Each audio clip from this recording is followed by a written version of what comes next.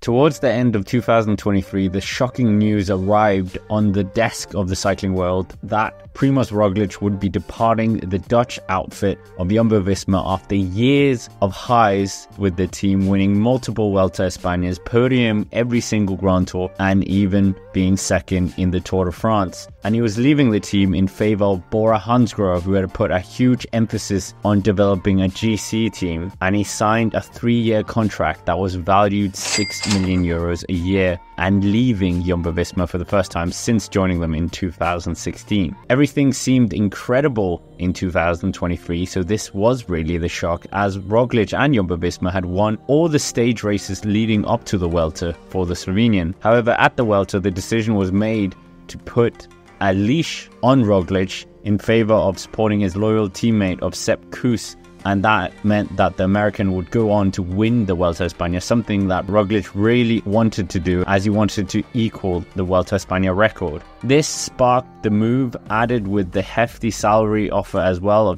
and really turned a corner not only for Jumbo-Visma but also for Roglič as a rider, and Bora Hansgrohe having one of the Galacticos on their team was a huge news. There was a lot of anticipation around Primož Roglič when he would start his new season, and his 2024 schedule seemed very ambitious, but similar to what we had become accustomed to with these Galacticos of the sport, with very precise events being targeted, like his 2023 season, where he was very precise, where he won Tirreno Adriatico, then going on to do the Vuelta a Catalunya, where he beat Remco Evenepoel, then winning a dramatic Giro d'Italia, beating Geraint Thomas on the final time trial, win the Vuelta a Burgos, where he was in great shape, and then going to the Vuelta, where he did, despite finishing on the podium, still won 2 stages, which included the Angliru. His 2024 season was announced to begin with Paris-Nice, a race he had very good experience with in the past, and similar to what he did in 2021, where he started his season at the race,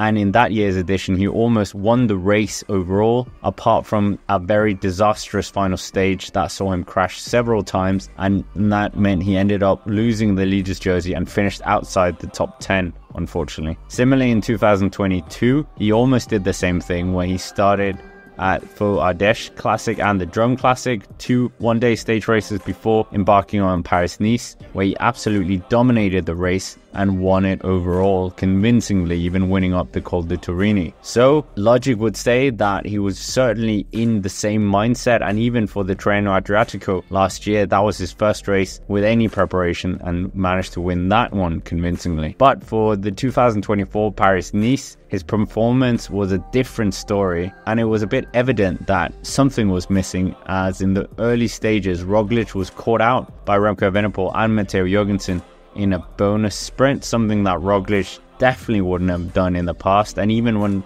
Remco wanted to test his legs early on, it didn't seem like Roglič was truly able to close down the Belgian rider. But that was early stages. In the team time trial, him and Bora ended up losing 54 seconds to rivals UAE, and on stage 4 up to Montbrouilly, the finish seemed like a perfect Primož Roglič stage of pass. But towards the finish, when the stage win had already been decided with Santiago Buitrago galloping away and taking the win, Remco attacked the group, and Mathias Skjelmose Jensen followed and managed to outpunch Remco Evenepoel to finish ahead of him, finishing 3rd. And when this was happening, we're used to seeing Roglič up there really battling it out. However, Roglič was distanced in this final sprint, appearing not to have that acceleration to be able to compete with the likes of Remco and Skjelmose. Further to this, towards the final stages, it seemed like the wheels really came off Roglic's race, as he lost 4 minutes on the final stage that saw Remco win the stage in front of the eventual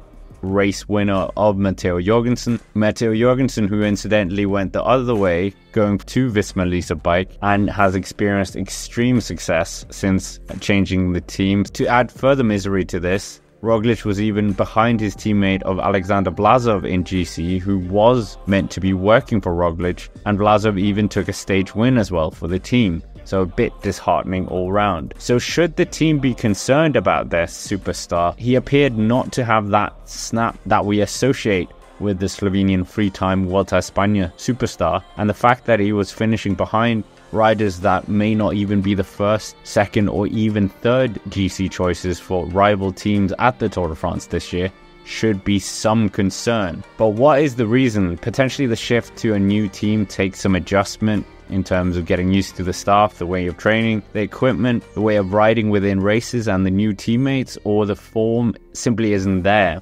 and he's building towards a peak later on. That is what you would think, but when you listen to his coaches, they're certainly not worried, and they wouldn't say that his numbers aren't below par. Despite these comments having a bit of positivity, there is certainly a little concern, as his program has been adjusted since the race as well, adding the Ardennes Classic, and he will have ample time potentially to build a form towards the Tour de France, but this was certainly a red flag. It's unclear if Bora adopts some practices similar to Jumbo-Visma or if they don't, such as the use of ketones and excessive altitude training in Tenerife, but Roglič will of course know all these practices of Jumbo-Visma and will have installed it into the team if it wasn't already there. Bora Hansgrohe, no doubt, with the backing of Red Bull, have no lack of resources, so there certainly is time and the resources to close the gap, but the other thing is that Father Time catches everyone, so hopefully this is not the beginning of a swift decline